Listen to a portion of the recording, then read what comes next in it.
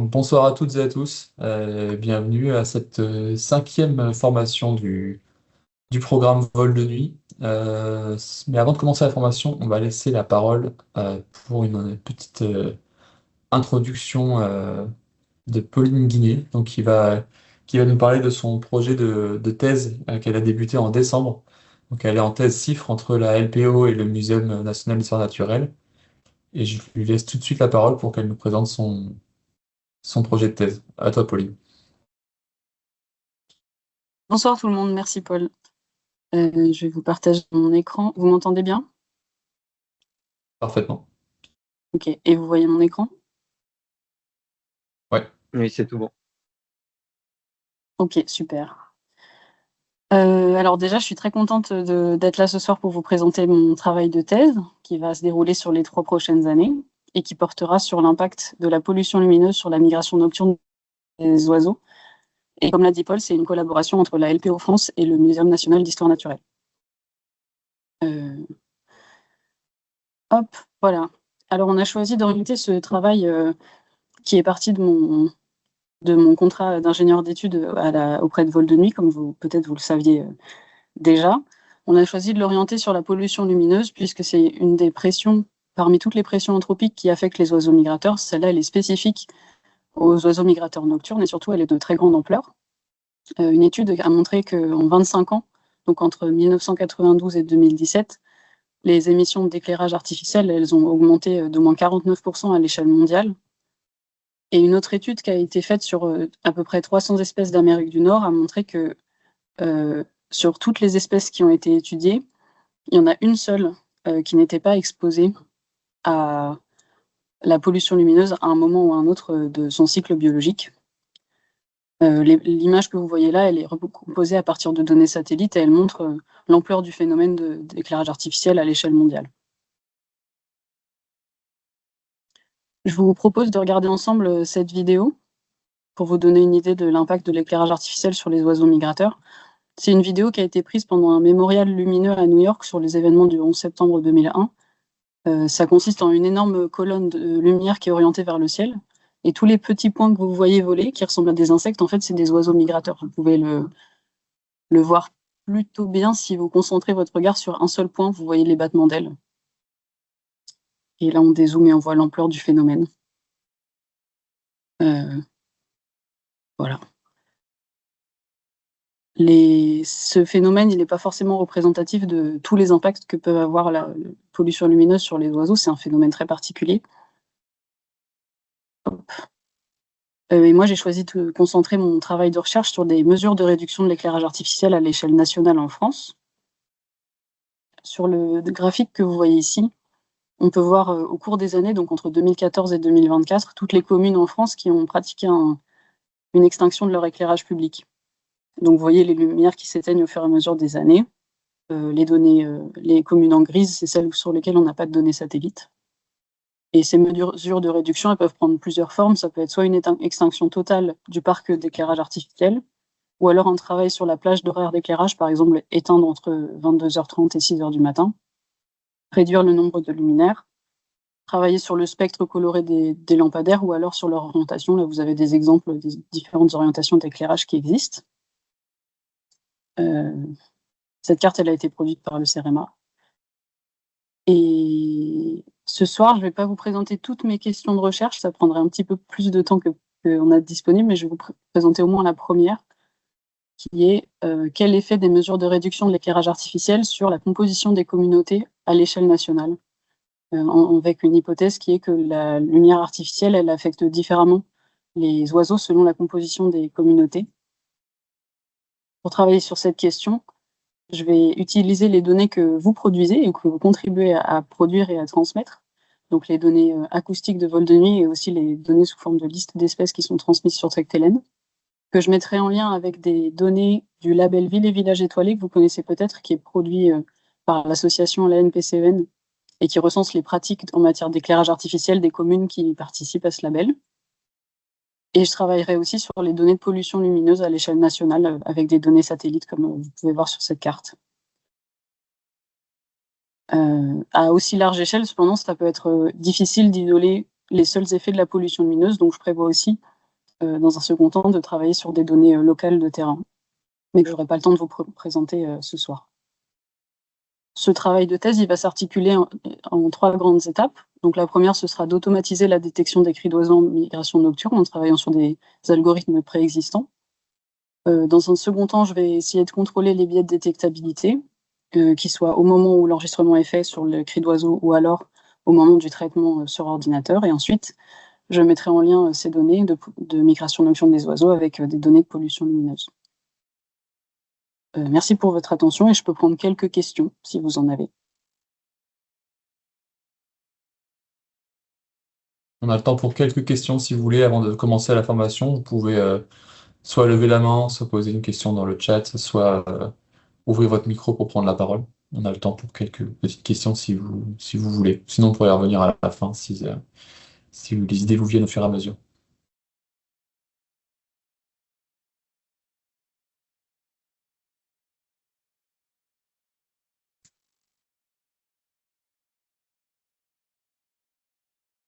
Je ne vois pas le chat, Paul. Tu peux me les transmettre s'il y a d'autres questions? Ah si, c'est bon.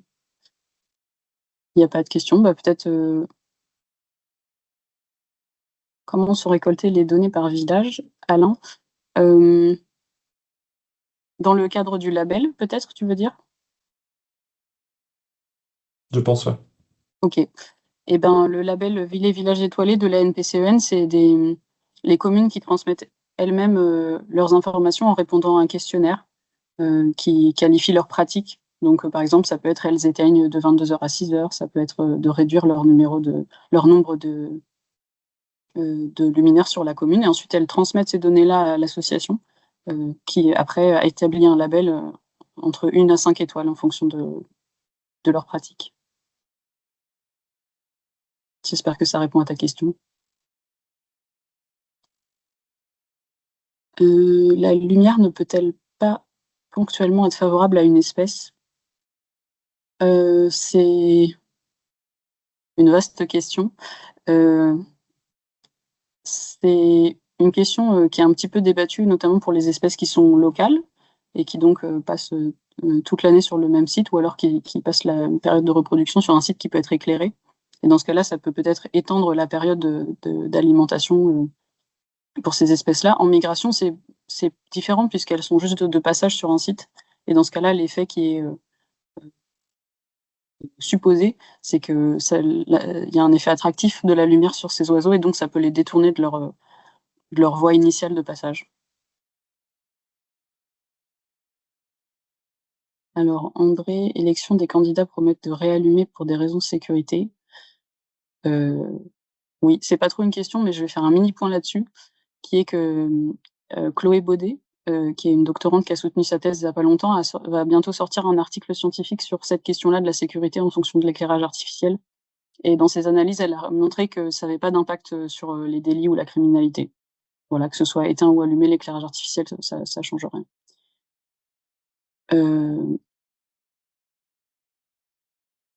Maxime, je comprends pas la question, par contre. De l'aide en termes de cartographie nocturne depuis le Je pense que ciel. c'était la question de rebondir sur la question de Fabrice. Est-ce que les oiseaux pourraient peut-être passer des repères lumineux comme pour faire une cartographie du sol depuis le ciel et se servir de ces repères-là? Je suis pas sûr que ça soit encore.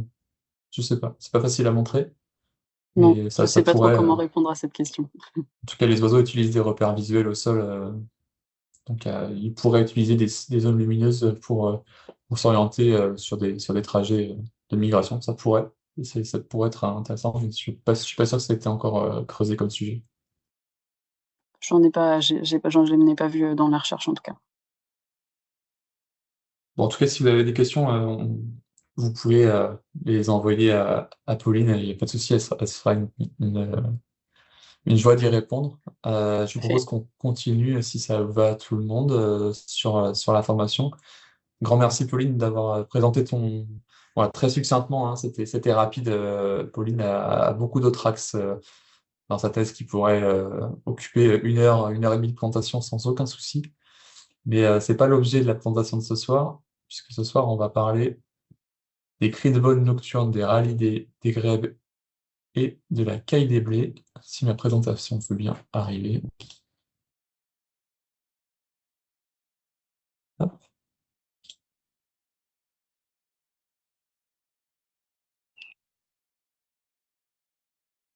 Est-ce que vous voyez la présentation? Est-ce que c'est bon? Oui, c'est Parfait. bon, on peut la voir. Nickel, merci.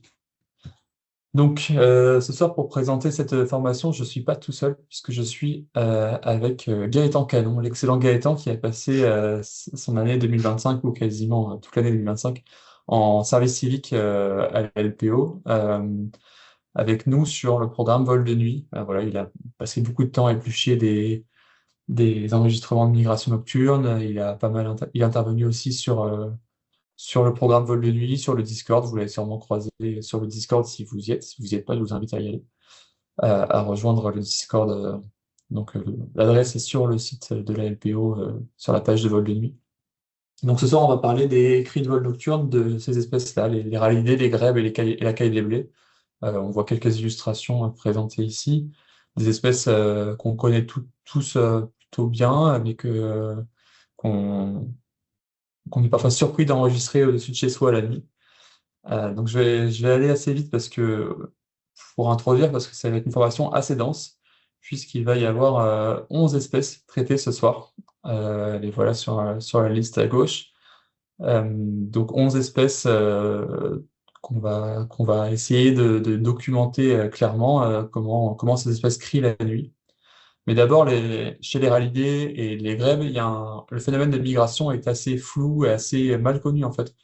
Parce que déjà la majorité des oiseaux français sont sédentaires et sont rejoints en hiver par des oiseaux migrateurs qui viennent de l'Est ou du Nord, principalement de l'Europe. Et donc il y a des mouvements qui sont assez mal connus. En plus de ça, s'ajoute probablement un comportement de prospection nocturne en période de reproduction, donc des oiseaux qui euh, volent la nuit au-dessus des territoires français en criant pour potentiellement déclencher des réponses d'oiseaux posés, ou en tout cas qu'ils ils sont à l'affût des cris d'oiseaux posés pour se poser avec eux à la recherche de partenaires. Donc ce phénomène-là semble au moins intervenir chez plusieurs espèces de ralidés. Enfin, il est à démontrer sur les autres. Il y a aussi une phase de dispersion des jeunes en cours de saison de reproduction. Et il y a aussi des mouvements éruptifs en hiver, notamment en réponse aux vagues de froid qui peuvent arriver. Ça a été bien montré chez les ralidés. Et donc, ça donne des phénologies de cris assez complexes en fonction de la migration, de ces comportements de prospection, mais aussi du comportement de reproduction qui est assez particulier chez ces espèces-là. Il y a des espèces qui sont nomades, par exemple, qui vont pouvoir nicher, faire une première nichée dans une localisation, et après la première nichée, avoir une autre phase de déplacement pour aller nicher plus au nord, souvent. Ça a été montré chez le raldo, par exemple, en Norvège, avec des oiseaux qui, après une première nichée, vont repartir en migration plus au nord. Donc, ça pourrait expliquer cette phénologie de cri complexe. Par exemple, là, j'ai surimprimé des courbes sur les phénologies de cris issues de tractérines que vous pouvez voir sur la droite, parce qu'on voit en fait, particulièrement chez le raldo et le grèbe castagneux, qu'il semble y avoir deux pics au printemps et en été. Euh, donc le premier pic pourrait correspondre à une première vague d'oiseaux qui migrent en migrant, prospectent et crient en vol nocturne.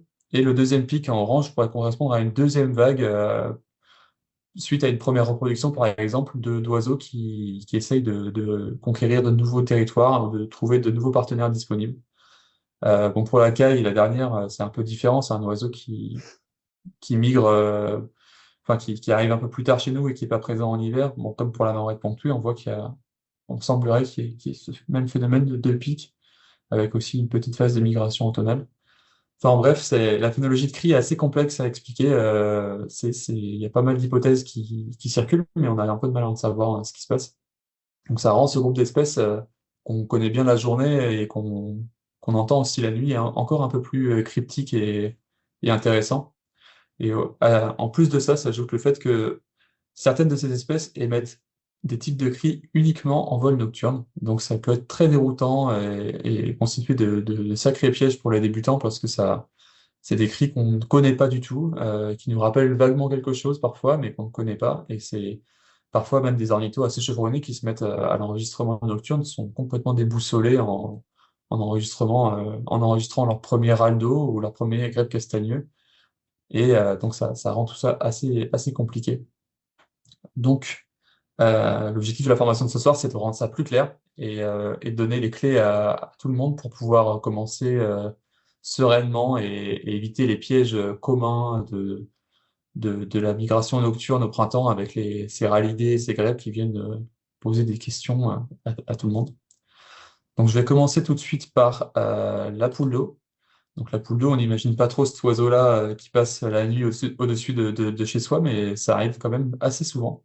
Très régulièrement même. Enfin, on peut après partout en France enregistrer cette espèce-là. Donc le cri classique de la poule d'eau, c'est un espèce de kikiki. C'est un quinquennement en fait qui a un timbre assez couinant, klaxonnant, qu'on peut souvent rapprocher d'un jouet pour chien. On va écouter un cri classique.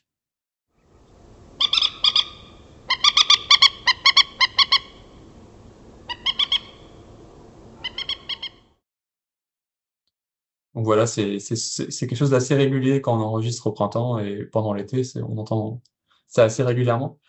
Donc souvent, c'est des séries de cris, comme on peut l'entendre, qui sont émises avec un nombre d'éléments assez variable. Donc là, on voit au début qu'il y a 5 éléments, là, il y en a beaucoup plus, là, il y en a 4, et à la fin, il y en a 5 encore, et avec des intervalles entre ces éléments qui sont irréguliers. Donc là, il est plutôt court, là, il est un peu plus long, là, il est un peu plus court. Donc ça, c'est assez typique. L'espacement entre les séries de cris est vraiment variable. Sur les sonagrammes, on voit que ces cris ont de nombreuses harmoniques. Ça va être quelque chose qui va revenir pas mal ce soir. Chez les ralidés, les cris sont souvent à sonorité assez nasale, assez trompettant, claironnant, c'est assez régulier. Donc on a souvent de nombreuses harmoniques empilées comme ça qui traduisent ce timbre nasal des cris. Et donc chez la poule d'eau, l'unité, donc cette ligne verticale, est souvent composée de plusieurs pointes enchâssées les unes sur les autres, comme ça, des pointes qui pointent vers le haut. Et elles sont plus ou moins arrondies, mais ce qui est typique, et vraiment ce qu'il faut retenir, c'est qu'elles sont souvent symétriques, en fait, sur un plan vertical. Donc la pente du montante et descendante est souvent symétrique par rapport au milieu. Donc ça nous permettra de séparer pas mal d'autres espèces qui pourraient souvent poser des confusions. Et donc souvent, c'est des séries, comme on l'a entendu, mais parfois on peut entendre ces cris à l'unité. Donc je vous donne un exemple.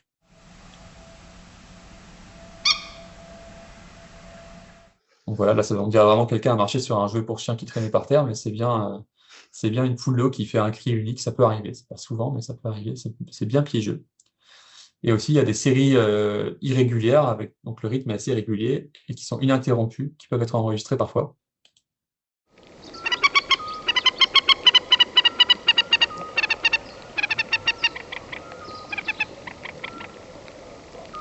Donc là, on entend même un second individu qui répond à la fin, peut-être un oiseau posé dans une zone humide pas très loin du site d'enregistrement.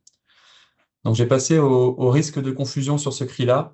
Euh, donc pour ce cri-là, il y a la foulque macroule, mais je vais en parler un peu plus tard, parce qu'au moment où on parlera de la foulque. Ensuite, il y a les barges. Ça arrive régulièrement de confondre barge et poule d'eau, parce qu'on connaît souvent plus le cri des barges que ce cri-là de la poule d'eau quand on se met à la migration nocturne. Mais chez les barges, le rythme est un peu moins régulier, un peu moins cadré que chez la poule d'eau.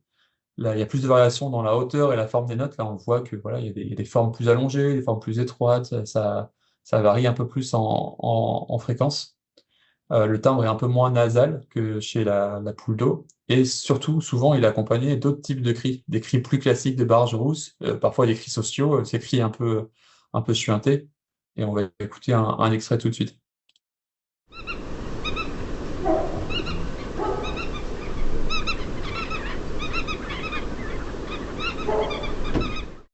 Donc voilà, un enregistrement sur la côte nord espagnole, qui est sur un site qui brasse pas mal d'espèces de limicoles, même d'oiseaux pélagiques.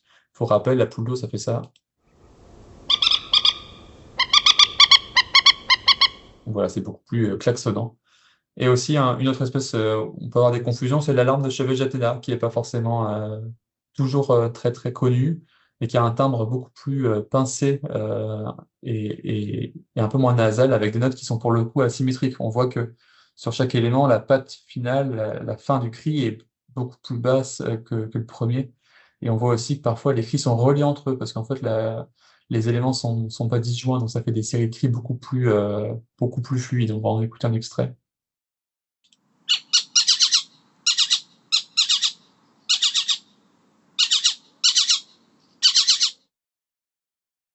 Donc voilà, c'est un petit piège, mais normalement, on arrive souvent à s'en sortir avec les critères que j'ai énoncés. Donc, on l'a entendu tout à l'heure dans l'extrait de Stanislas, il y avait l'oiseau qui répondait, ça faisait une variante un peu plus sèche des cris classiques de la poule d'eau. Donc, quand on zoome un peu sur les cris, on voit que, en fait, sur le sonogramme, on observe, au lieu de voir une forme de pointe, on voit deux parties disjointes avec une partie qui monte et une partie qui descend à la suite, séparées par une zone de vide. Donc à l'oreille, ça fait ça.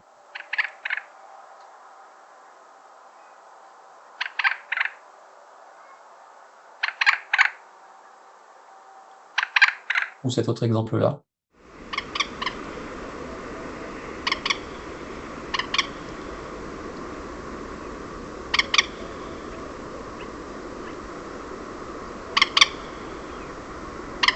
Voilà, qui est voilà, un exemple un peu plus sec de ce qu'on a l'habitude d'entendre. Ça ressemble un peu plus à ce qu'on entend chez les oiseaux posés que le cri classique. Mais voilà, la forme est vraiment typique avec ce trou au milieu et ces parties montantes et descendantes. Au niveau de la structure des cris, souvent c'est assez proche du cri classique avec des éléments, quelques éléments avec des espaces de silence irréguliers entre les autres. Et parfois, il est associé au cri classique qu'on a présenté avant. Ça fait des crack kicks, des associations.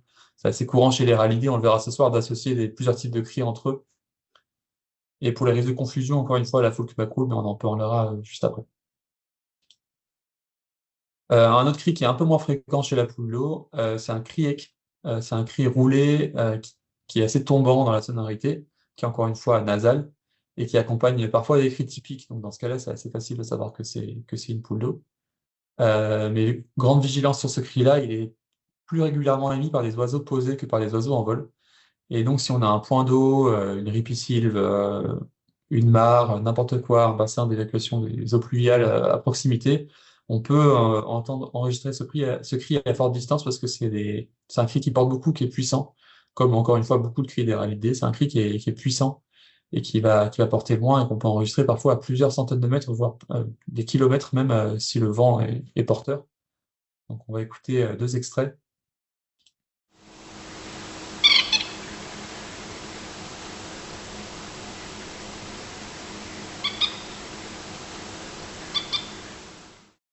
Donc celui-ci est accompagné juste après d'un cri plus classique et encore un petit peu après quelques secondes de cri, voilà, du cri typique de la poule d'eau en migration nocturne, enfin en vol nocturne. Donc il est facile à identifier et puis on peut à peu près s'assurer que c'est un oiseau en vol. Mais si vous enregistrez ça chez vous et que vous avez des points d'eau à proximité, il faut être sûr que c'est un oiseau en vol. Enfin, pour s'assurer que c'est un oiseau en vol, il faut que le cri soit suffisamment puissant et ou alors qu'il soit composé d'une série de cris où on entend l'oiseau qui s'éloigne, par exemple. Donc voilà un autre extrait. Voilà un cri qu'on entend souvent chez les oiseaux posés, donc qui est un peu plus connu des ornithos et des personnes qui s'intéressent à ça en général. Il y a un petit risque de confusion avec le grèbe castagneux, mais les cris sont un peu moins nasillards chez le grèbe castagneux, on le verra tout à l'heure, c'est plutôt des cris un peu plus plaintifs et montants.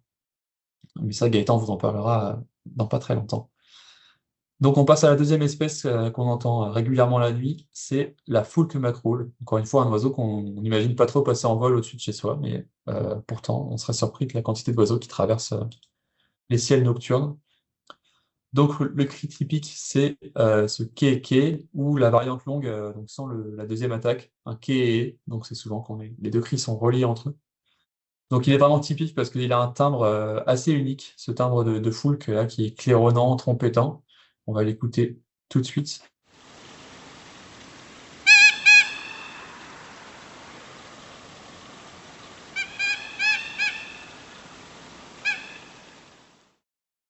Donc voilà, ça c'est les cris un peu déconnectés entre eux. On entend bien ce timbre typique de la foulque. Et là, des cris un peu plus longs, un peu plus plaintifs.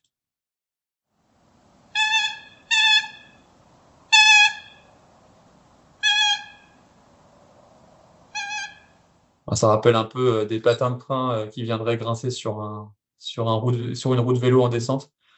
C'est voilà, un grincement, mais toujours avec ce timbre de foulque.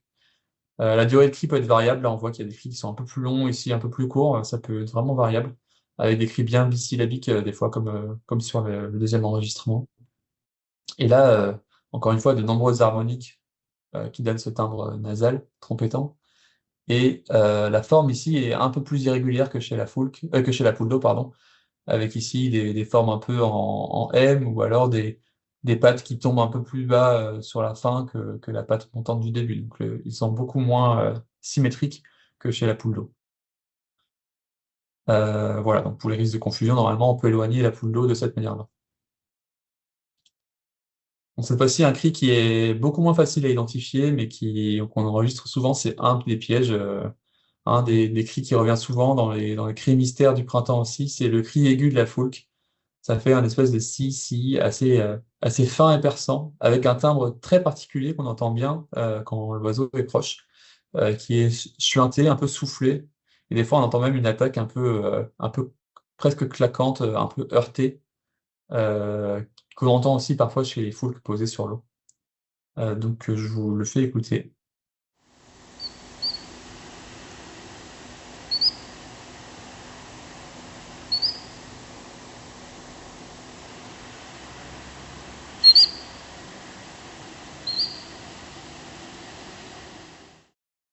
Donc, sur l'avant-dernier cri, bon, c'est pas très fort. Je vous invite à monter votre son si jamais vous vous entendez pas très très bien, parce que c'est les cris qui sont pas toujours très puissant pour ces cris-là de la foule. En tout cas, on a entendu cette espèce de timbre chuinté, et en fait, sur le sonogramme, ça se traduit par cette espèce de traînée grasse, comme si on avait passé le doigt sur un feutre pas sec.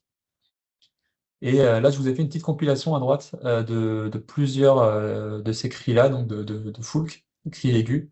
Et on voit il y a quand même une grande variation dans les formes, mais souvent, ce qu'on observe, c'est des modulations qui sont douces, assez arrondies et aux formes assez irrégulières.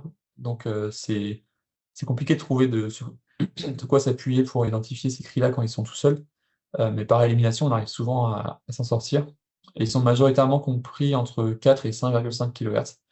On va en écouter deux extraits encore.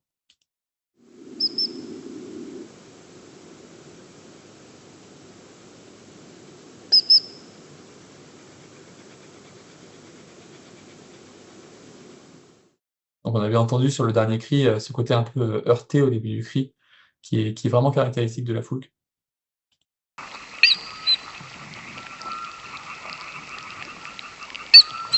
Là aussi, on l'entend bien. Et donc, ça permet ce petit côté heurté-là permet de la séparer de plusieurs espèces à confusion. Donc, le martin-pêcheur, les cris d'alarme de guignette et les roitelets. Donc, pour le martin-pêcheur, il y a deux types de cris qu'on entend souvent. Il y a les cris d'alarme courts, des cris qu'on entend souvent la journée quand un martin-pêcheur passe à côté de nous en vol. Donc, c'est ces cris d'alarme courts qu'on va écouter tout de suite.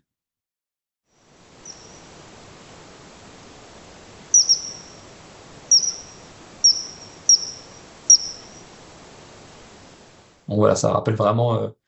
C'est assez proche de la foulque, mais là, en fait, on voit sur son anagramme que c'est plus élevé. Là, j'ai fait une compilation de ces cris d'alarme court. La fréquence est souvent, le corps du cri est souvent au-dessus de 5 kHz, entre 5 et 6,5, alors que la foulque est quand même souvent entre 4 et 5,5, comme je viens de le dire. Et sur les cris de Martin Pêcheur, on a souvent ces pointes typiques qui forment des petits M des fois et qui sont vraiment, ça fait des pointes vraiment pointu en fait, ce qu'on n'a pas souvent chez la foulque, qui a des formes plus arrondies pour rappel. Et voilà, il y a ce timbre vraiment pur chez le martin pêcheur qu'on n'entend pas trop chez la foulque. Et ensuite, chez le martin pêcheur, il y a des cris calmes, tombants comme ça, qu'on va écouter.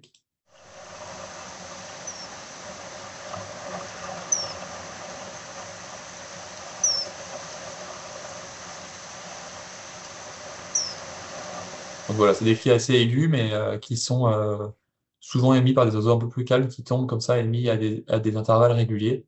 Ça, pour le coup, la forme n'a rien à voir avec ce qu'on a chez la foulque, et encore une fois, c'est plus aigu que chez la foulque. Un piège qui peut arriver aussi régulièrement, c'est les cris d'alarme de chevalier guignette. Donc on connaît tous plutôt bien normalement, enfin c'est une espèce qui est assez bien connue des ornithos, c'est le cri classique du guignette, mais ils font aussi parfois des cris d'alarme plats en migration nocturne. Donc on va en écouter une série.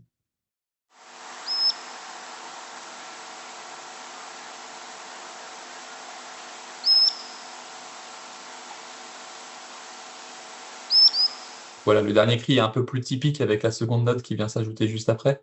Mais souvent, sur Sonagramme, on voit cette espèce de cri plat avec une attaque montante et à la fin, ça descend très brutalement avec cette espèce de barre verticale. Donc ce plateau-là, on l'observe pas chez la Foulque, donc ça permet de bien la séparer. Il est aussi beaucoup plus long que les cris de Foulque.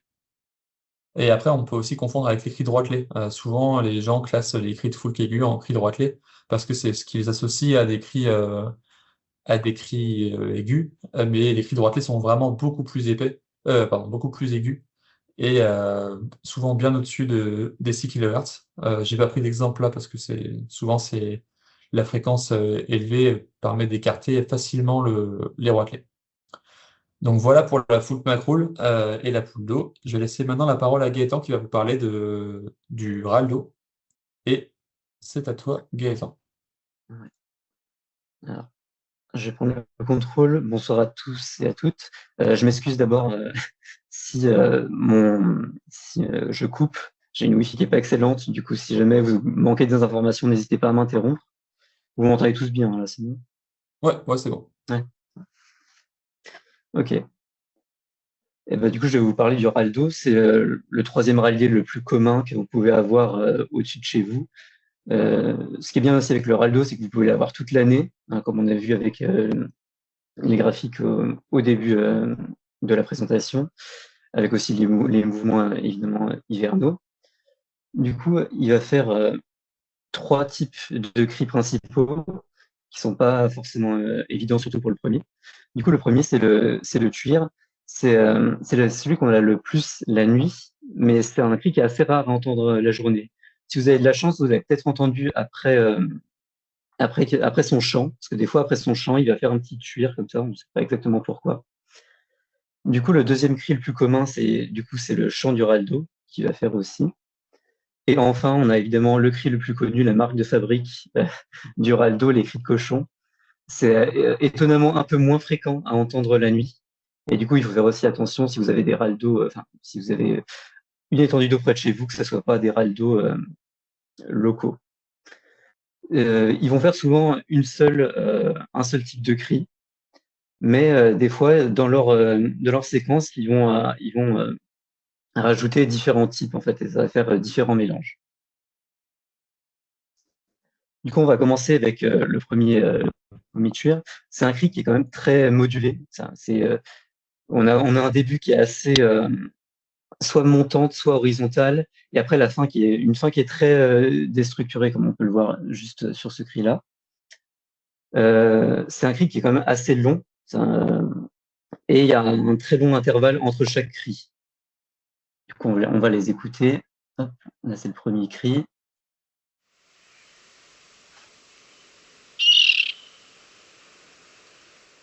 Bon, on entend bien la fin qui est très modulée.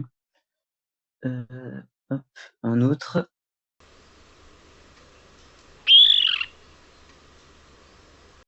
Ça fait vraiment se dégrader, descendant vers la fin.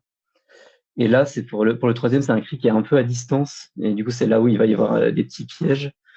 Du coup, on va l'écouter avant de passer au reste. Voilà, c'est quand même assez évident que c'est un râle-d'eau, mais il y a vraiment des cris, quand ils sont vraiment très loin, on peut les confondre avec du coup le bécasso variable, qui va faire un cri qui est quand même assez similaire. Après, ça reste un cri qui est quand même beaucoup plus court que celui du râle-d'eau. Il va y avoir aussi une petite note isolée en haut, Et je trouve que ça a une sonorité plus rappeuse. C'est aussi en général plus aigu. Et ça fait un son un peu plus pur que celui du Raldo. Il y a aussi les modulations qui sont régulières. Évidemment, si vous avez les oiseaux qui passent assez proches, il n'y a pas trop de confusion parce que le Raldo, ça finit vraiment on va dire ça, en haché, en dégradé. Et le cri du Bécasse variable, il tombe aussi un peu plus.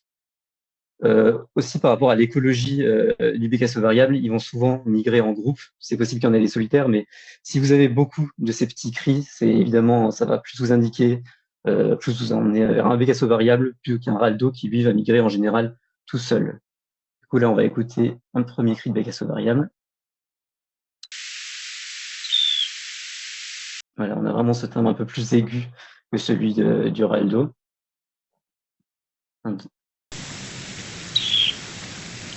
Voilà, et c'est sur ce type de cri-là où on a quand même, ça rappelle un petit peu le Raldo. Il y a aussi une autre espèce qui peut poser problème. Ça m'est déjà arrivé quand j'ai analysé les enregistrements, c'est avec la sterne Kojek.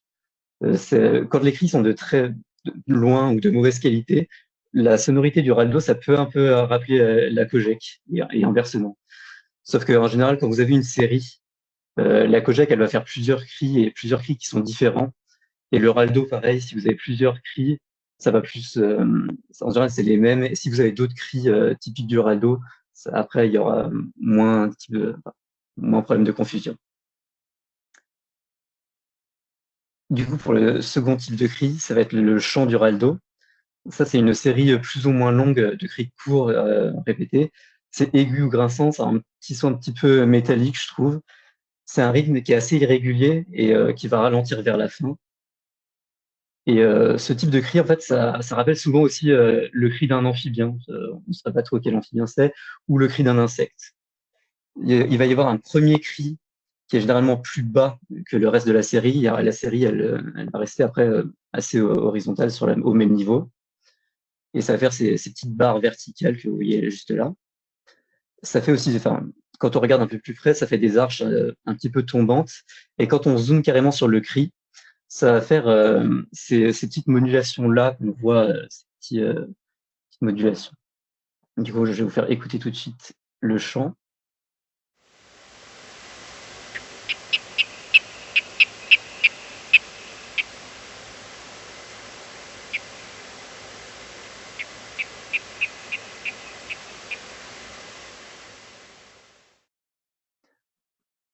Pour cet enregistrement-là en particulier, je le trouve assez drôle parce qu'on dirait vraiment deux galets en fait qu'on tape un peu sur l'autre. Ça fait un petit peu bizarre, un peu comme le râle jaune, si vous savez aux États-Unis, qui fait un peu vraiment ce cri de galet à chaque fois. Là, je trouve que ça le rappelle un peu plus, mais le second qu'on va écouter là, ça le fait moins.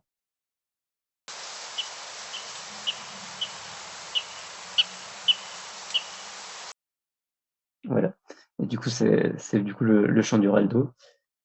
Et il y a aussi le troisième cri, évidemment, les cris de cochon.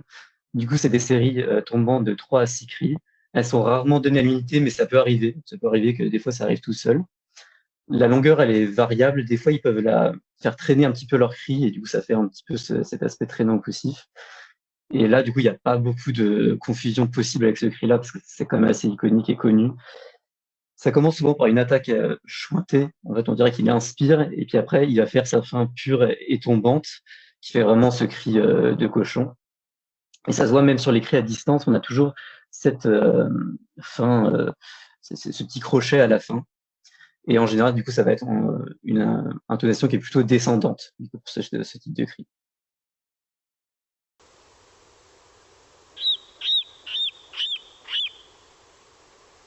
Vraiment le cri typique qu'on peut entendre pour les individus posés aussi. Voilà. Et du coup, le Heraldo, ce qu'il fait aussi, c'est qu'il va faire des associations de cris. Et du coup, c'est assez sympa parce qu'il peut mélanger en fait n'importe lesquels de ces cris. Ils peuvent arriver dans n'importe quel sens. Là, on a 3 exemples. Du coup, il va faire ces cris de cochon et ensuite un tuir.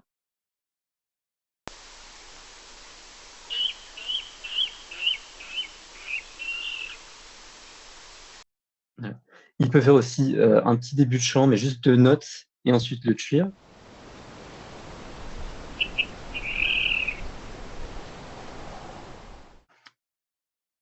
Un cri qui est un petit peu aberrant, celui-là. Et là, du coup, ça va être le chant, et ensuite un cri de cochon en solitaire.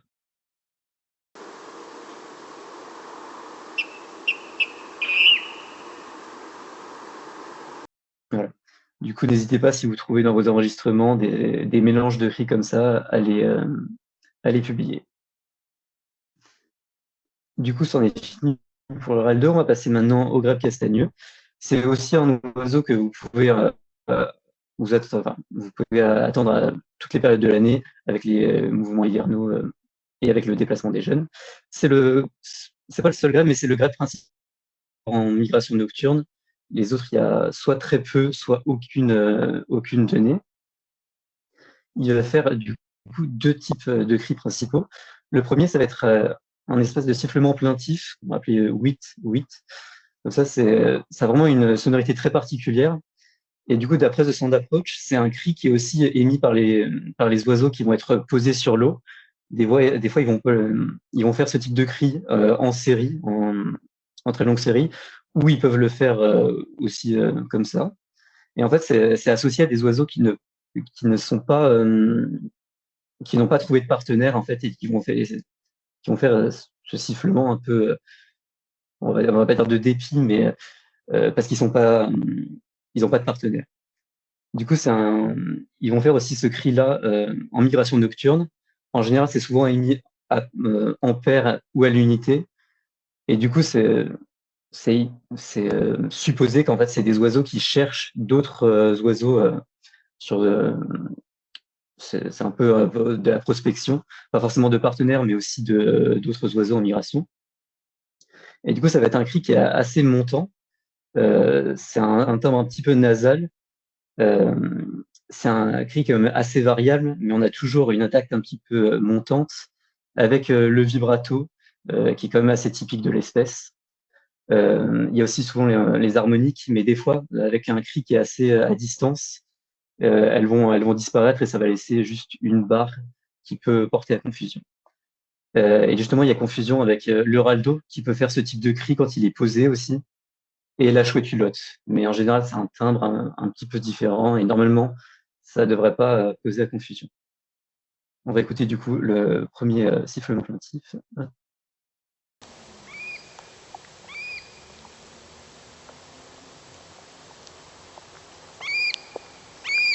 Voilà, du coup, un cri qui est émis en paire.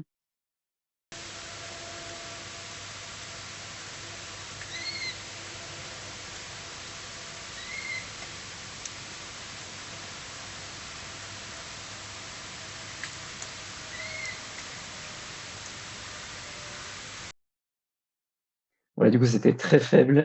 J'espère que vous avez entendu, sinon, faut augmenter un petit peu le son. Et en fait, je trouve aussi que ce type de cri-là, surtout quand il est à distance, ça ressemble vraiment à un petit grincement de volet, en fait. Il y a aussi possibilité de faire une petite confusion avec ça, mais c'est un cri quand même assez particulier. Ensuite, on a le cri un petit peu plus connu du grèbe castagneux. Et en fait, ce cri-là, ça va être une variation du cri qu'ils vont faire poser, du cri en duet que normalement tous les ornithos connaissent si vous avez un plan d'eau à côté de chez vous avec du grèbe castagneux. Et du coup, ce cri-là, ça va être une variation. C'est un cri qui est aussi émis par les oiseaux qui sont en train de défendre leur territoire, en fait. Ils vont s'envoler, en fait, ils vont tournoyer autour du territoire et faire ce type de cri-là. Du coup, il faut faire attention si vous avez un plan d'eau près de chez vous, que ça soit pas un individu qui fasse une défense de territoire et bien un individu qui soit en migration nocturne. Du coup, ça va être quelques notes introductives qui sont très aiguës, puis ensuite une série, une petite partie descendante, et ensuite une partie plate. C'est un cri qui a une trille qui est assez longue. Il y a 13 notes en moyenne, et ça va de 10 à 21. Et c'est des notes qui sont en moyenne à 2,2 kHz. Vous avez là les notes introductives qui sont assez aiguës, la partie descendante et la partie stable. Et il y a aussi, on peut observer du coup vers la fin des cris, sur certaines des trilles, que ça se ralentit, qu'il y a un rythme, un écart un petit peu plus espacé vers la fin de ces cris-là. On va écouter la première.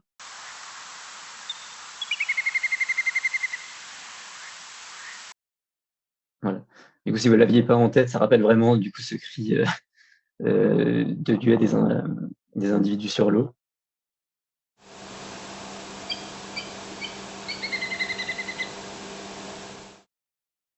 Avec les notes introductives. Et ce qui pose problème souvent avec ce cri-là, c'est qu'il y a un risque de confusion. Et principale confusion, ça va être avec le courlicorieux. Le courlicorieux qui va, à l'oreille, ça ressemble vraiment, mais du coup, il n'y aura jamais de note introductive pour le corlieu, enfin, pas comme le castagneux. La longueur aussi, elle est différente. Il y a souvent 2 fois moins nombre de trilles dans leur trille, et c'est un rythme qui est souvent plus irrégulier et lent. La trille aussi, elle va souvent être plate ou montante, alors que c'est l'inverse chez le castagneux, où la trille, elle va descendre puis être plate. Du coup, on va écouter ça, c'est un peu plus parlant en l'écoutant.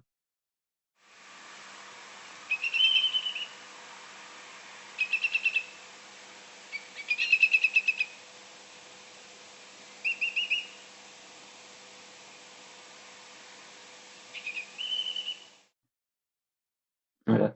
Du coup, il y a aussi plusieurs trilles qui se suivent assez rapidement. Et pour le deuxième,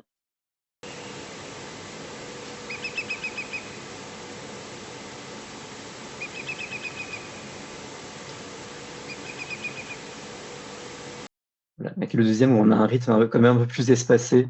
On le voit ici, qui peut quand même porter à confusion, mais qui peut aider à différencier les deux.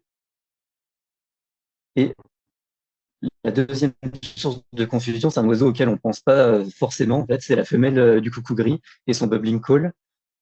Du coup, c'est un cri qui va être un peu plus différent. En fait, c'est un cri qui reste souvent horizontal et c'est la fréquence en fait qui va nous aider à différencier ce type de cri. La femelle, elle va augmenter la fréquence de son cri, puis diminuer. Bon, le rythme est aussi ralentissant à la fin. Il n'y a pas de note introductive aussi. Et la trille, elle est plus grave que celle du grave castagneux. Elle est située autour de 1,5 kHz. On va écouter le premier cri juste là.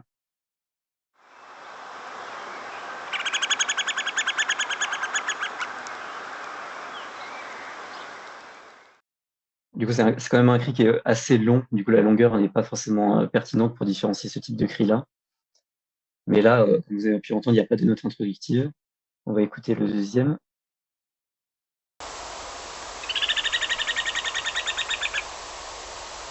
Et du coup, voilà. Du coup, c'est quand même un oiseau à garder en tête, mais qui est quand même beaucoup plus rare à avoir que le castagneux. Et du coup, pour finir avec le castagneux, elle fait aussi des petits pièges. Ça, c'est la partie un peu plus difficile du castagneux, c'est qu'elle va faire ses notes introductives au début de sa trille. En fait, elle peut les faire toute seule. Et du coup, c'est un peu délicat des fois d'identifier ce type de cri, parce que des fois, elle peut en faire juste une seule, ou des fois quelques-unes. Et quand on n'a pas l'oreille entraînée, on peut se dire qu'est-ce que c'est que cet oiseau qui fait ces petits pics comme ça là. Des fois, elle peut aussi les enchaîner à des moments où on s'y attend pas. Elle va commencer, elle va faire sa trille, et des fois, après sa trille, elle va rajouter des notes introductives qui sont pas liées à une autre trille, et après, elle va recommencer. C'est ce qu'on va avoir juste là.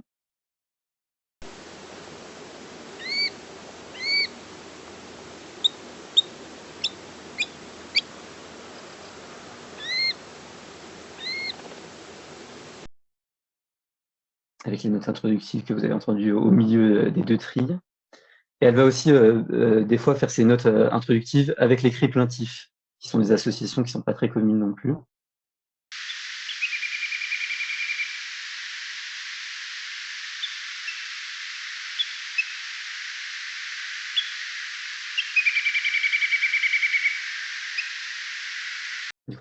Et du coup aussi, elle va les faire évidemment toute seule, et c'est là où ça va poser un petit peu de problème.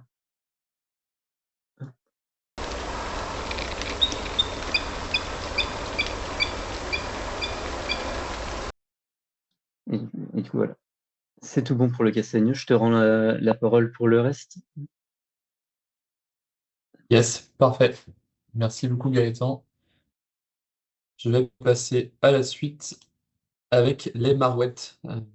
Voilà, des espèces qui commencent à être un peu moins fréquentes pour les enregistrements nocturnes, mais qui peuvent être espérées quand même sur une grande partie du territoire au printemps et pendant l'été.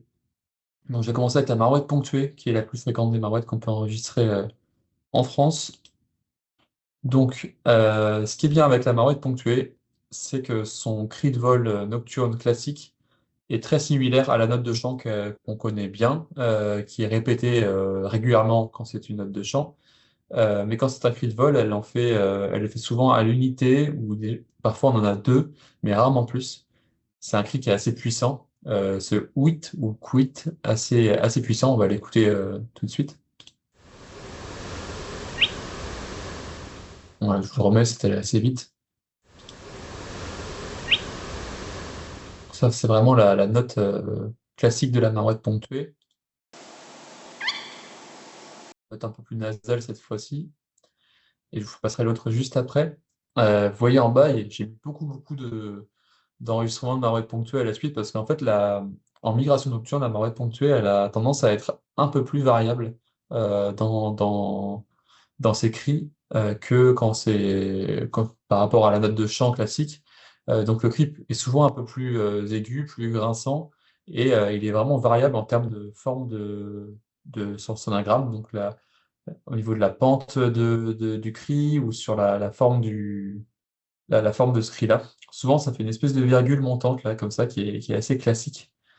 Mais il y a quand même des variations. Enfin, en général, vous aurez quelque chose qui ressemble aux trois premières notes, là, avec cette espèce de virgule montante, de signe un peu de la marque Nike, on peut synthétiser ça comme ça. Mais parfois, donc on le voit ici, il y a des formes qui vont arriver un peu en W comme ça, avec une petite modulation qui se glisse ici au début. Ça s'observe souvent quand même chez les cris de vol nocturnes un peu distants. Euh, et après, voilà, il y a peut-être des critères qui reviennent en général, c'est ces nombreuses harmoniques qui traduisent le timbre nasal. Parfois, ce petit crochet final qu'on observe, mine de rien, sur pas mal de cris. On l'observe sur pas mal de cris qu'on peut voir sur la sélection ici. Euh, et donc, ce qui est compliqué, c'est quand les cris deviennent un peu distants et que le cri n'est pas typique. Là, ça devient pas toujours facile à identifier. Donc, il faut prendre un peu des pincettes à ce moment-là. Le mieux, c'est d'avoir plusieurs cris dans la série, mais comme je l'ai dit au début, c'est assez rare. C'est souvent les marouettes, ça fait souvent un seul cri par série, enfin par enregistrement en tout cas. Et donc là, je vous ai mis une belle sélection. Et si vous scannez ce QR code, vous arriverez sur un set Xenocanto, donc un jeu d'enregistrement Xenocanto. Il y a aussi l'adresse ici que vous pouvez taper dans votre moteur de recherche, où j'ai sélectionné pas mal d'enregistrements sur Xenocanto qui sont normalement supposés tous appartenir à des cris de migration, des cris de vol nocturne de marouettes ponctuées. Euh, donc voilà, c'est quand même très variable. C'est un sujet qui m'intéresse beaucoup parce que souvent ça porte à confusion avec d'autres espèces, notamment j'en parlerai juste après.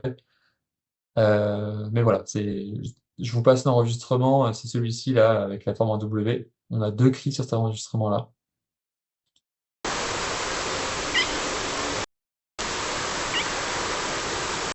Donc j'ai enlevé le silence au milieu pour que ça aille plus vite. Mais voilà, c'est pas aussi typique que les cris habituels, mais ça a cette forme montante là. Et le deuxième cri est quand même un peu plus typique. Donc le premier est enfin, fortement, probablement d'une marouette ponctuée aussi. Donc pour les espèces à confusion, j'ai choisi pardon, d'afficher les espèces, de mettre des cris au milieu d'une compilation de cris d'autres espèces, enfin de cris de marouettes ponctuées. J'ai mis les cris d'espèces à confusion au milieu des cris de marouettes ponctuées pour pouvoir voir ce qu'ils diffèrent par rapport à les cris, la variabilité des cris de la marouette ponctuée. Donc c'est quelque chose que j'aime bien faire qui permet de comparer visuellement en un coup d'œil des différences de forme, de fréquence, d'harmonique. Voilà, ça marche plutôt bien ce côté visuel. Donc la première espèce, c'est la caille des blés, qui parfois peut faire des cris uniques. Gaëtan en parlera juste après. C'est assez rare, mais les cris uniques peuvent arriver chez la caille des blés, mais ils sont en général beaucoup plus courts. Donc on va l'écouter.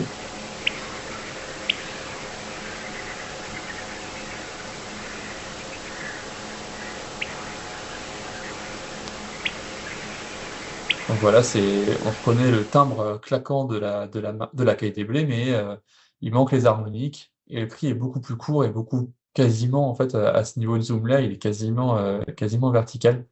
Donc c'est bien différent. Mais bon, c'est quand même assez rare d'avoir ces cris-là.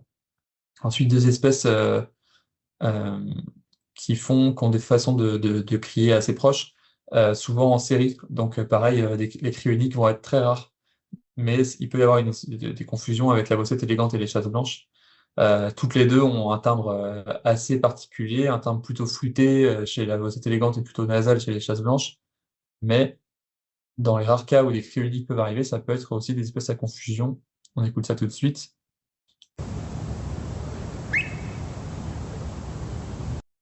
Donc voilà un cri unique de la bossette élégante. Donc voilà, il y a bien ce timbre flûté, mais ça pourrait porter à la confusion. Mais là, on observe quand même que c'est un peu petit, mais il y a un petit crochet final, une barre terminale là, qui monte vers le haut, qui est assez classique de la bossette élégante, et il n'y a pas aussi le crochet d'attaque de la marotte ponctuée. Pour les chasses blanches, on l'écoute.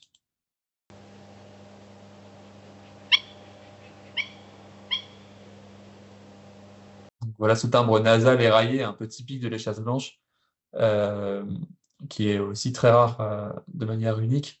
Et là, on voit beaucoup d'harmoniques qui sont étagées comme ça, et qui sont toutes d'intensité assez similaire, en tout cas pour les quatre premières, alors que ça n'arrive jamais chez la marouette ponctuée. Deux autres espèces que j'ai rajoutées pour les confusions, c'est le hibou moyen-duc et la chouette hulotte. Mais souvent, la chouette hulotte, la confusion vient de cris qui peuvent être isolés, mais souvent, c'est quand même une espèce qui va faire des séries de cris répétés et elle va être bien présente sur les moments avant et après le, le, le cri, le cri mystère. Donc, normalement, c'est pareil avec le hibou moyen-duc.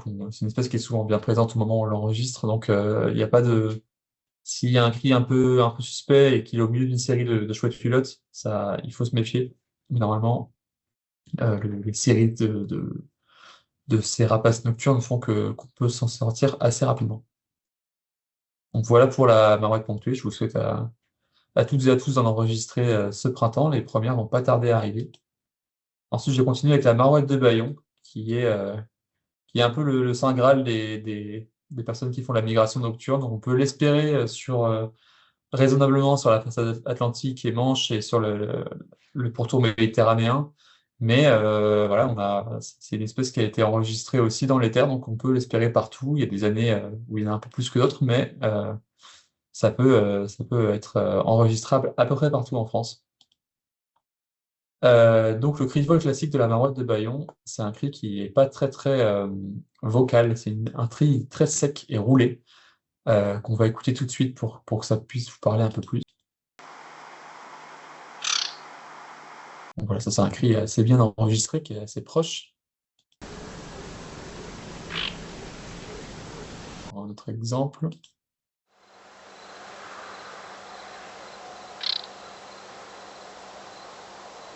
Donc voilà, on a l'impression un peu de gratter son ongle sur un peigne, un petit peu, ça a ce côté un peu vibré, et avec la fin un peu plus lente les, comment dire, sur les barres verticales. On voit souvent que l'espace entre les barres verticales s'agrandit vers la fin, donc le rythme ralentit. Et un bon moyen d'identifier les cris de marotte de Bayon en migration nocturne, c'est ce côté un peu descendant de l'intensité des éléments verticaux, qui fait qu'il y a souvent une sorte de pente comme ça que j'ai matérialisé ici avec des pentes blanches. C'est assez typique de la marotte de Bayon, ça permet de la séparer parfois d'autres espèces ou d'autres bruits un peu anthropiques. Parce que c'est une espèce qu'on peut facilement confondre avec un bruit anthropique. Je pense qu'il y a quand même pas mal de personnes qui passent ces cris-là à la trappe par ignorance, hein, et ça peut arriver parce que ça sonne pas du tout comme un cri d'oiseau si on ne connaît pas.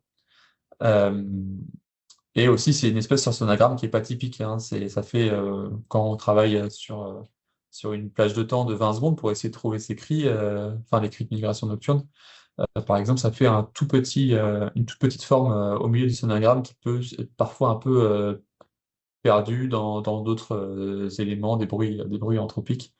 Donc c'est pas évident toujours de les trouver, et puis ça sonne pas comme un oiseau, donc Voilà, c'est pas évident il faut un peu se la trouver quand même, c'est la marouette de Bayon. Au niveau des risques de confusion, une fois qu'on a éliminé un bruit anthropique, il reste la sarcelle d'été qui peut faire des cris un peu claquants, similaires à ça. Je vous laisse écouter.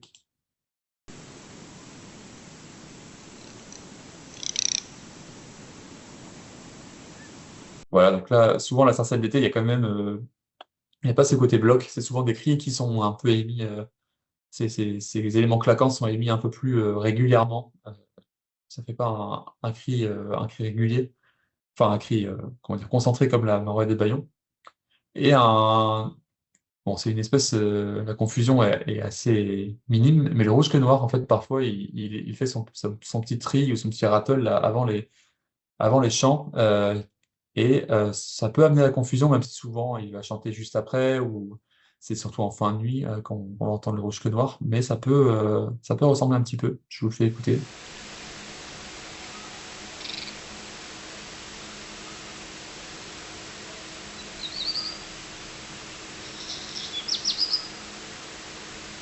Donc quand il chante après, c'est un peu plus simple, mais je vous remets juste le début. Voilà, ça se rapproche un peu virtuellement quand même de ce que pourrait faire le Nord-Ouest de Bayon. Euh, je pense que les confusions arriveront peu, mais ça peut être intéressant de le montrer quand même.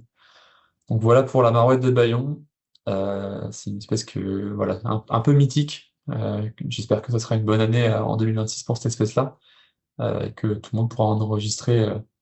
C'est vraiment une chouette espèce. Je vais passer à la Marouette Poussin. On va peut-être se demander pourquoi est-ce qu'on présente cette espèce-là, parce qu'on l'entend quand même très très très peu en migration nocturne. Effectivement, il n'y a pas d'enregistrement de cri de vol nocturne de Marouette Poussin qui est complètement certifié actuellement. Il y a des suppositions, il y a des cris mauvais qu'on pourrait attribuer à cette espèce-là. Il y a aussi pardon, il y a aussi beaucoup de confusion avec les cris de Marouette ponctuée atypiques que je vous ai présentés plus tôt. C'est quand même fréquent de confondre ces cris-là parce que des cris aberrants de marouettes ponctuées sont quand même se rapprochent de ce qu'on pourrait attendre de la marouette poussin. Donc ça pousse un peu des fois à une identification hâtive. Malgré tout, je vous présente quand même l'espèce parce que on sait jamais. Un jour, peut-être qu'on arrivera à en enregistrer une de manière certaine. Il faudra un bon enregistrement avec plusieurs cris si possible. Mais le cri est proche du chant, mais est un peu plus montant, avec un timbre nasal et inspiré. C'est un cri assez court, on va l'écouter tout de suite. Il n'y a pas beaucoup d'enregistrement.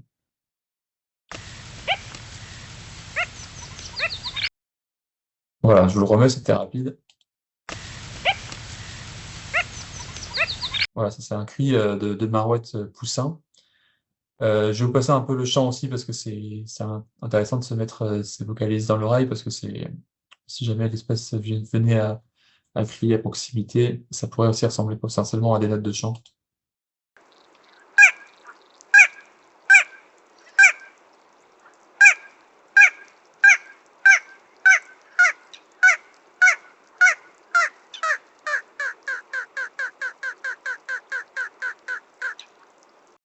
Voilà, un chant assez mythique aussi, le chant de la marouette poussin. Donc j'en ai fini pour les Norwets. Je vais vous repasser Gaëtan qui va vous présenter la caille des blés. Je reprends le contrôle. Hop. Du coup, pour la caille des blés, c'est un oiseau qui est quand même assez cool à avoir en migration nocturne. On peut l'attendre, comme vous l'avez vu dès le début, il y a un pic en mai-juin, mais il y a aussi des individus qui vont faire leur migration un peu plus tard en juillet. C'est dû à l'écologie de l'espèce. Il y a des individus qui vont se reproduire déjà en Afrique du Nord et qui après vont refaire une deuxième reproduction un peu plus au nord. Et du coup, vous pouvez avoir de la caille des blés en migration jusqu'à juillet. Vous pouvez aussi la contacter jusqu'à début août. Après, c'est un peu plus tard parce que c'est une espèce. Après, ça s'arrête tout simplement parce que c'est une espèce qui est silencieuse en migration post-nuptiale. Il faut aussi noter que c'est une espèce qui migre en groupe, mais qu'on entend rarement plus d'un individu en fait par enregistrement. Hop. Du coup, elle va faire ce premier type de cri-là, qui est un peu moins connu, et comme connu pour ceux qui connaissent la caille, mais c'est pas le cri qu'on apprend dès le début. Ça va être le roin-roin ou mowo aussi en anglais, ils appellent ça comme ça. C'est un cri en deux parties qui répète plusieurs fois et souvent ça va précéder le chant de la caille en fait. Mais ça peut aussi être émis tout seul et des fois elles peuvent faire aussi des suites, des séries de ces cris-là. Et on comprend pas trop pourquoi elles font ce type de cri-là et pas juste le chant. Est-ce que c'est une variante? Est-ce que c'est une autre phase de chant? Est-ce que c'est quand les mâles ont détecté une femelle? On ne sait pas encore trop. C'est un timbre vraiment chointé. Ça ressemble un peu à un cri de mammifère pour les personnes qui n'ont jamais entendu ce type de cri. Et c'est un cri qui est quand même très bas et qui passe facilement inaperçu si vous avez une route à côté de chez vous. C'est un cri qui va disparaître très vite en fait. Mais comme on peut le voir, en fait, si vous avez une bonne visibilité du cri, on a les deux pics caractéristiques. Le second, il va parfois être plus fort, plus marqué que le premier, et souvent aussi plus court. On a toujours un aspect qui est assez flou, même sur les cris à distance, mais on retrouve toujours ces deux pics. On va les écouter.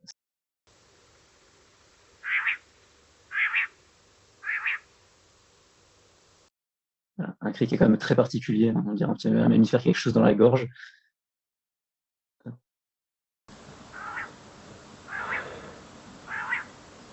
Et le dernier qui est un peu plus long, celui-là.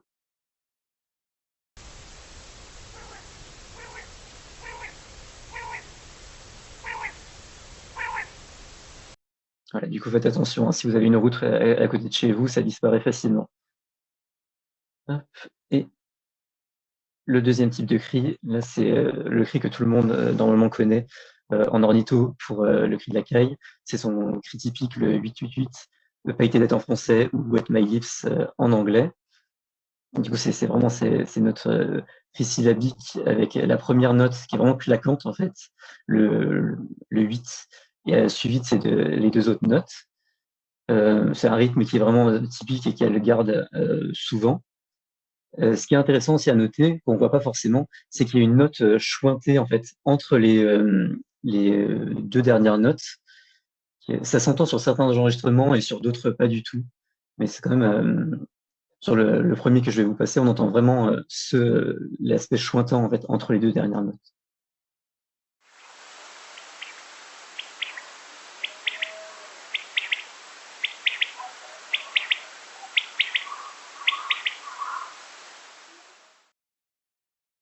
Alors que pour celui-là, par exemple, on entend un petit peu moins.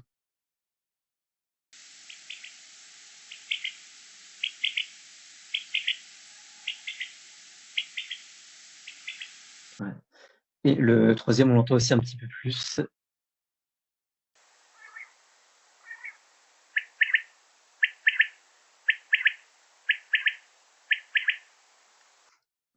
Et là, celui-là, il a été précédé de ces cris bas. Il faut faire évidemment attention si vous avez des cailles dans un champ à côté de chez vous, que ce ne soit pas des individus chantants, parce que c'est le même cri que les individus au sol vont faire. Et ce qui est aussi cool avec les cailles, c'est qu'elles vont faire plusieurs variantes. En fait, elles vont aussi, un petit peu comme le raldo dont j'ai parlé tout à l'heure, elles vont faire plein de types de cris. Ce qu'on a entendu tout à l'heure, c'est qu'elles vont souvent commencer par les cris bas et ensuite faire leur chant. Mais des fois aussi, ce qu'elles peuvent faire, c'est des cris à l'unité, comme a parlé Paul tout à l'heure pour la confusion avec la marouette ponctuée. Elles peuvent faire ces cris tout seuls, mais c'est quand même assez rare. On va les écouter juste là. Hop.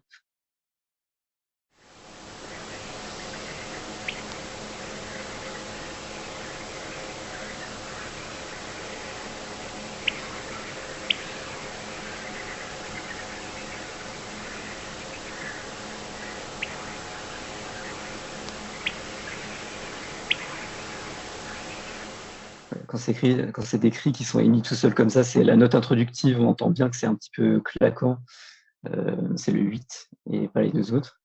Mais sinon aussi, ce qu'elles peuvent faire, c'est les cris bas à l'unité, du coup.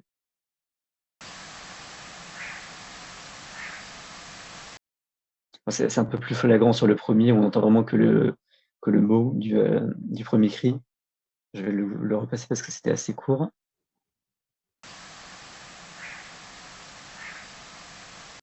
Et après, ce qu'elle peut faire, c'est une note introductive et les notes et les cris assez bas.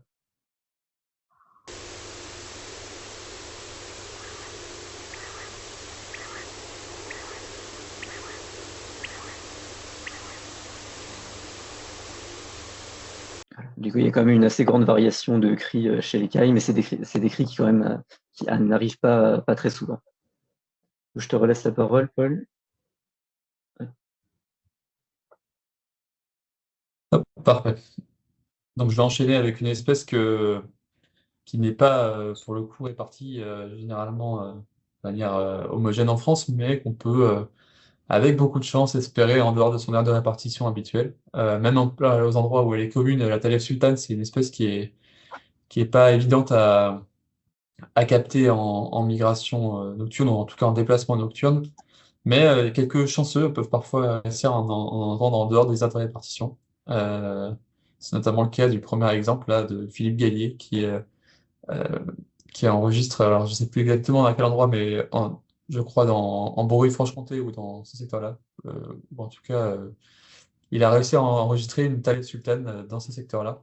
Ce qui est un peu compliqué avec la Thalève, c'est qu'il y avait peu de ressources disponibles sur cette espèce-là. Pas trop de synthèse, c'est une espèce qui n'est pas trop étudiée parce que notamment en Europe, elle n'est pas répartie de manière globalisée comme d'autres espèces de réalité.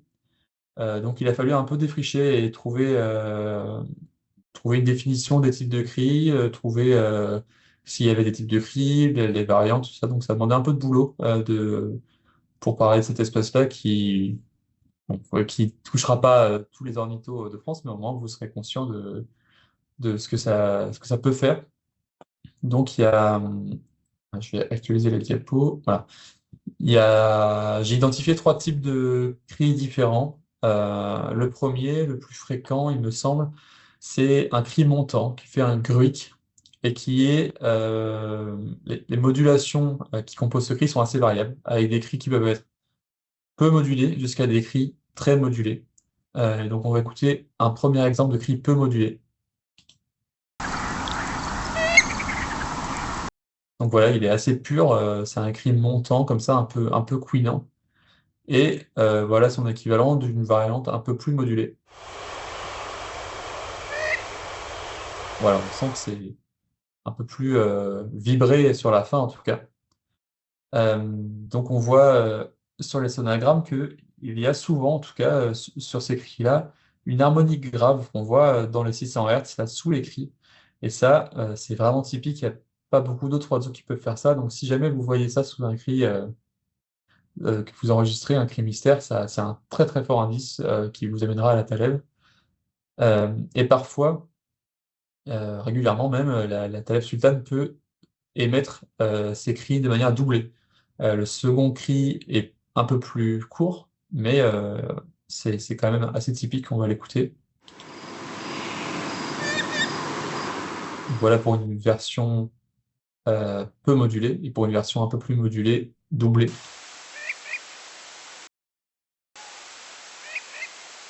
Donc ce qu'on voit qui est assez typique sur ces cris-là, c'est donc ces harmoniques, hein, ces empilements d'harmoniques, et ce crochet final là qu'on voit qui est assez puissant et qu'on entend à l'oreille, hein, c'est le gruc à la fin, le i du gruc à la fin qui est très présent sur les sonagrammes. Donc voilà pour le premier cri qu'on entend souvent. Pour le second cri, c'est un cri qui ressemble beaucoup, je trouve, au cri de vol de guépier, guépier d'Europe.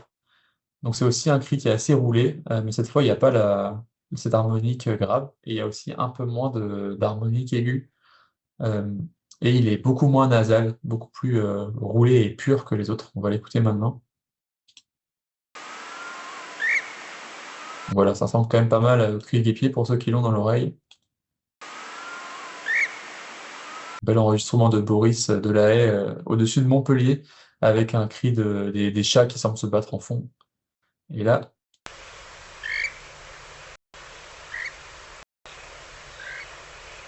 voilà, trois cris que j'ai séparés pour couper les grands espaces de temps de silence pour que ce soit plus facile à écouter. Mais encore une fois, ça rappelle bien le guêpier. Donc j'ai mis un cri de guêpier sur la droite là, de la compilation.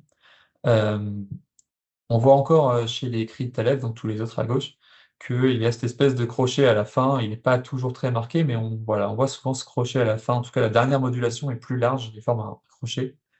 Souvent, on voit que les modulations sont d'intensité constante. Ça commence tout bas au début et ça augmente sur la fin. On le voit bien ici. Ici, ça a l'air d'être assez régulier tout le long. Ici, ça augmente. Ici aussi. Alors que chez le guêpier, souvent, ça commence par du plat, puis après, il y a tout de suite des grandes modulations qui forment des pics. On va écouter un extrait de guêpier.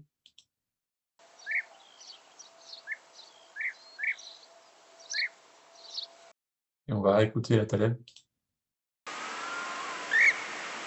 Voilà, c'est pas tout à fait pareil, mais la confusion quand même peut arriver. À noter quand même que les guêpiers d'Europe la nuit, c'est quand même vraiment très rare. Il y en a très très peu qui ont été enregistrés. Et quand c'est le cas, c'est souvent à proximité de secteurs de dortoirs de guêpiers, soit que ce soit en migration ou en regroupement post-nuptiaux. Les enregistrements purs de guêpiers en migration nocturne sont extrêmement rares et c'est une espèce qui ne migre pas trop la nuit en général. Ça s'est prouvé par les oiseaux qui ont été équipés de balises dans les années précédentes. Donc voilà, si vous avez quelque chose qui vous rappelle le guêpier en pleine nuit, il faut s'y intéresser, c'est important, et penser à la Taleb. Donc le dernier cri qui est pas le plus simple, c'est une espèce de cri très très nasal, trompettant, un ouin ou un ouin crec crec, parce qu'il est parfois suivi de notes un peu cactantes. Donc quand il y a ces notes, il est facile à identifier. Mais quand il n'y a pas les notes et que c'est juste le cri nasal, il est un peu plus compliqué. C'est un cri très rare, j'en ai pas trouvé beaucoup d'exemples, mais je vous fais écouter donc la version sans ces notes cactantes.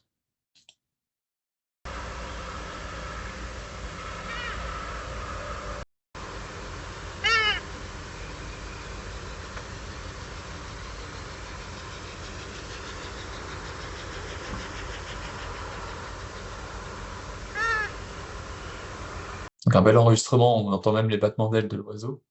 Tout seul comme ça peut quand même bien faire penser à certains de vocalises de Ibo Moyen-Duc. Normalement, la plupart des cris sont accompagnés des notes cactantes que je vais vous faire écouter maintenant.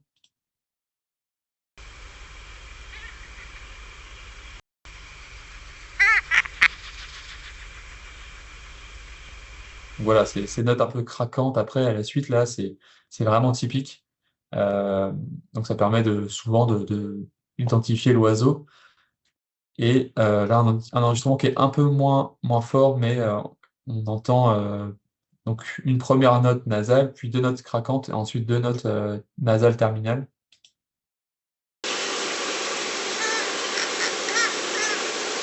Voilà, donc là, c'est encore une fois assez typique.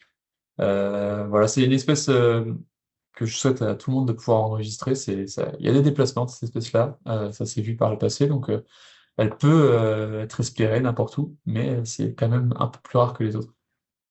Euh, je vais continuer avec le râle déjeuner, le roi des cailles, qui, pour le coup, lui, est bizarrement assez peu enregistré en migration nocturne et souvent plutôt enregistré en fait à proximité de ces zones humides qui accueillent l'espèce en reproduction. Malheureusement, l'espèce est de plus en plus rare en France, donc les probabilités de l'enregistrer réduisent avec le temps. J'espère que la tendance va s'inverser.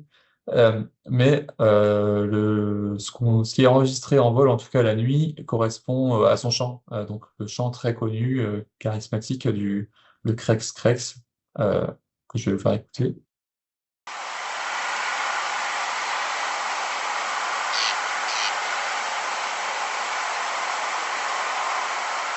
Voilà, cette fameuse clé à cliquer, un son vraiment puissant, très râpeux, qu'on entend parfois dans les vallées humides de nos régions, vraiment typique avec cette rythmique doublée, parfois rarement à l'unité. Quand il est enregistré à l'unité, il faut vraiment se méfier des espèces qui peuvent faire des cris proches parce que ça peut être vraiment, enfin, ça peut être facile de confondre avec d'autres espèces. Donc, si vous êtes loin de territoire de reproduction de l'espèce et que vous avez quelque chose qui ressemble au râle déjeuner, il faut vraiment être sûr que c'est vraiment cette espèce-là parce que c'est pas évident à identifier, enfin, c'est pas évident en dehors de ces zones de reproduction. Pour sur Sonagram, bon là l'enregistrement est pas terrible parce que c'est un enregistrement de migration nocturne, mais il y a des enregistrements de chant, pardon, qui sont bien plus nets. Donc on voit ces gros blocs avec des hachures verticales là, qui sont très typiques. Et l'espacement est souvent plutôt régulier les deux notes de chant. Quand le cri est donné à l'unité, ça peut être confondu avec certains cris secs de héron pourpré. On va en écouter maintenant.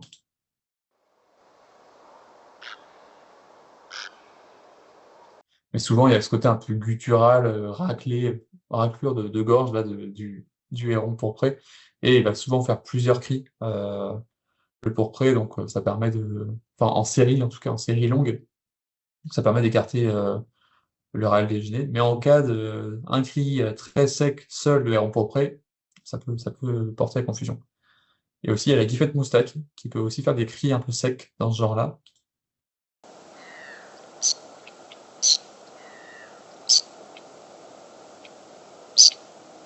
Mais qui sont quand même plus aigus, plus courts, et le rythme est différent. Encore une fois, c'est souvent des cris qui sont donnés par série, et puis la guifette moustache, souvent, on peut l'enregistrer avec souvent plusieurs individus en même temps. Donc, ça peut permettre de s'orienter un peu mieux. Mais c'est une espèce qui est assez rare quand même en migration nocturne. Donc voilà, vigilance sur les cris secs un peu râpeux qu'on peut enregistrer la nuit. Euh, Faut pas aller trop vite sur l'oral léger parce que c'est vraiment une espèce super rare en migration nocturne. Et il y a plein d'autres choses qui sont plus probables avant, notamment des bruits anthropiques ou des ronds pourprés un peu secs, solitaires. Donc voilà pour le râle DHD. Je vous laisse la dernière espèce avec Gaëtan. Je te redonne la parole. Ouais.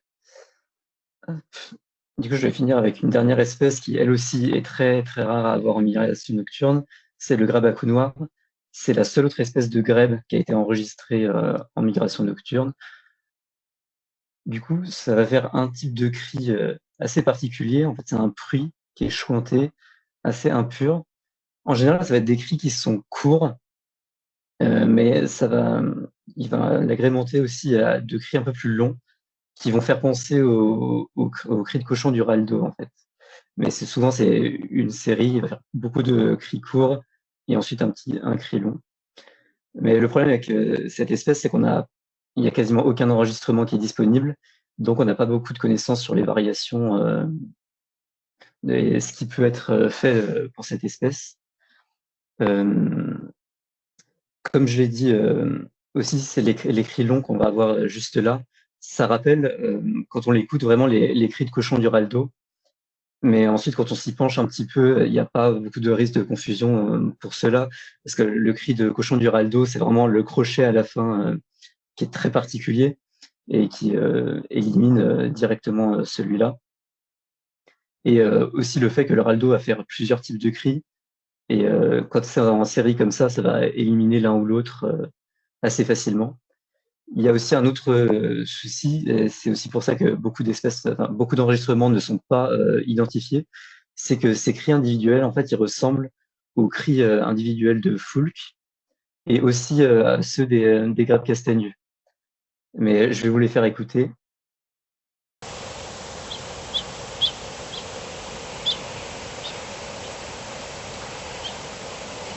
Et je vais vous faire écouter aussi les cris longs que vous voyez comme à l'oreille, à quel point ça ressemble à ceux du Raldo.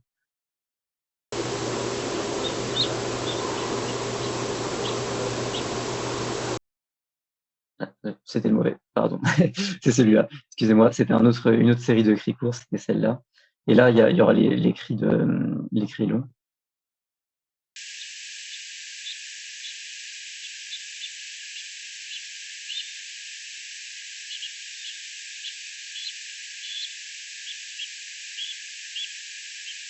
J'espère que vous avez tous entendu les cris un petit peu plus poussés qui rappellent vraiment le Raldo. Mais moi, personnellement, quand j'ai écouté l'espèce, en fait, je trouve elle a un ton un petit peu plus chointé que le Foulk. On dirait vraiment que c'est un Foulk ou un grèbe castagnu qui est à bout de souffle dans ses cris, qui est vraiment cet aspect manque d'air à la fin de chaque cri. Est-ce que tu peux repasser le premier de la Ouais, série? Moi, je l'ai mal entendu. Ouais, alors excusez-moi, je vais vous repasser la première. Je trouve que c'est la première aussi où on entend vraiment que c'est un oiseau, enfin, on dirait un oiseau à bout de souffle.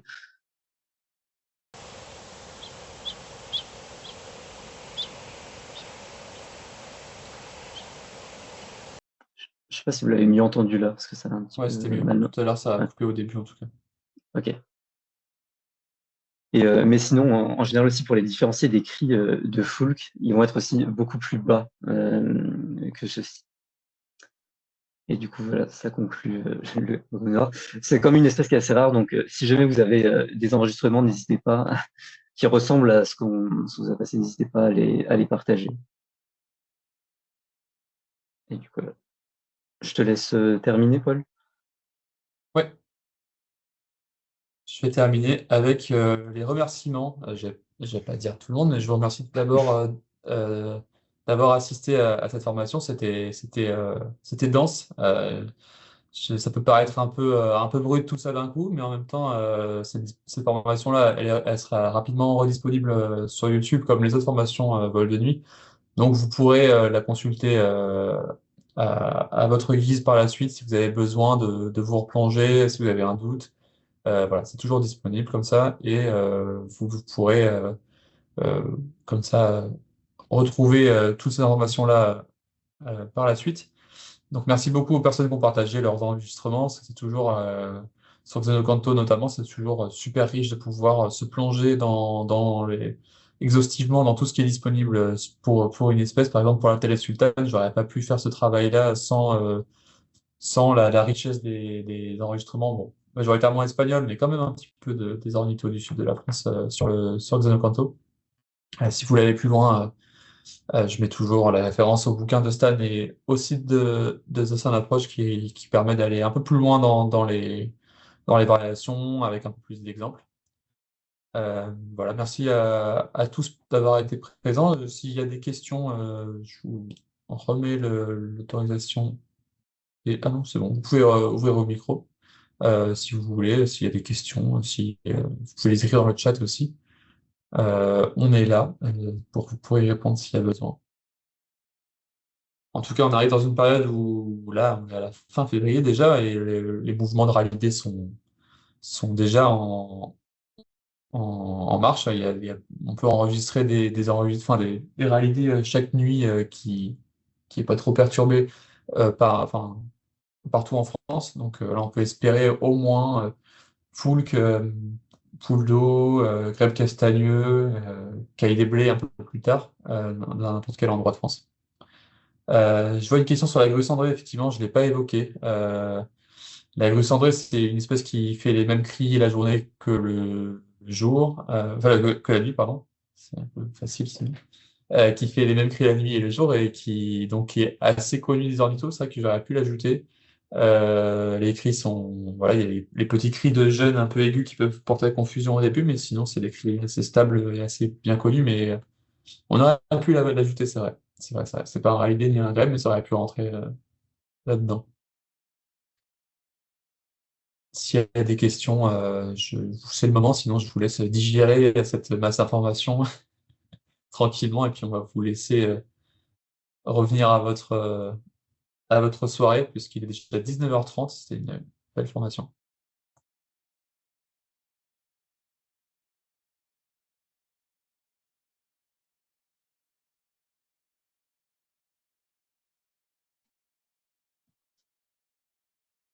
Bon, bah, merci pour les remerciements, ça fait chaud au cœur.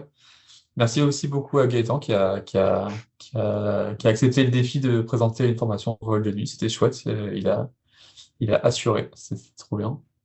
Bon, bah, merci beaucoup. Bonne soirée. Et puis, la saison de la migration nocturne, enfin, de haute activité de la migration nocturne va commencer. Donc, je vous souhaite à toutes et à tous de très bons enregistrements, de belles surprises et de beaux enregistrements nocturnes. Et puis, peut-être enregistrer quelques-unes des espèces qu'on a présentées ce soir. Je vous le souhaite. Merci beaucoup. Bonne soirée à tout Bonne le monde. soirée à tous.